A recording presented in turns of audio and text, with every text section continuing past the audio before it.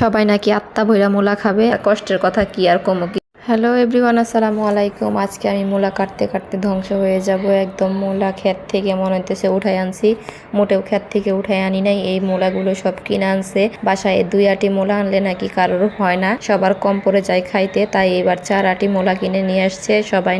সবাই নাকি আত্মা ভৈরা মূলা খাবে। আমার হতাশ হওয়ার কোনোই কারণ নাই। এখন এই মূলাগুলো আমাকেই কাটতে হবে, যেহেতু বুয়া আসে নাই, 2 দিন যাবত বুয়া আসতেছে না। এখন এই মূলাগুলা আমি কাটতে হবে। কি যে একটা কষ্ট, কি আর কমু। যাই হোক, এত কষ্ট করে মূলা যখন কাটি, তরকারি যখন রান্না করি, খাইতে গেলে আমি নিজেও খাইতে পাই না।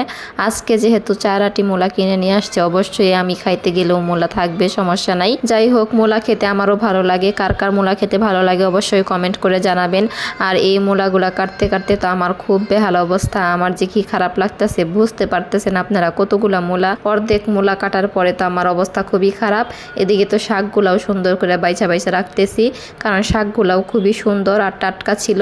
যাই হোক, অনেক কষ্টে 2-3 ঘন্টা বৈশা বৈশা আমি মূলাগুলা পরিষ্কার করেছি। তারপরের দিনে আসছি এখন পুঁটি মাছ দিয়ে মূলাগুলা রান্না করতে। সুন্দর করে আজকে সবগুলা মূলাই রান্না করব, যাতে বাসার সবাই আত্মা ভৈরা মূলা খাইতে পারে। এই মূলার সেই কিন্তু আমাদের বাসার সবারই অনেক বেশি পছন্দ।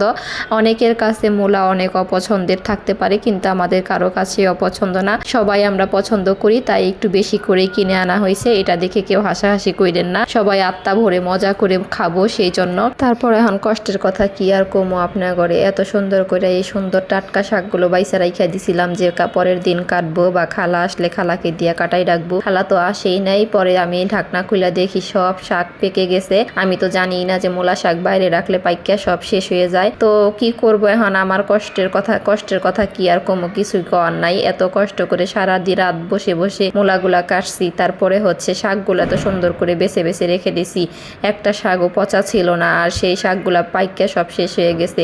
এখন তো মনের কষ্ট কিছুতে আমি ধরে রাখতে পারতেছি না। তারপরে ওই শাকগুলো ফেলে দিতে ইচ্ছা করতেছে না। এখান থেকে বেছে বেছে যে কয়টা ভালো পাইছি সেই কয়টা আমি কেটে নিছি আজকে রান্নার জন্য। আর এখন এই বাকি সব শাক ফেলে দিতে হবে। আমার তো কিছুতেই ফেলে দিতে ইচ্ছা করতেছে না।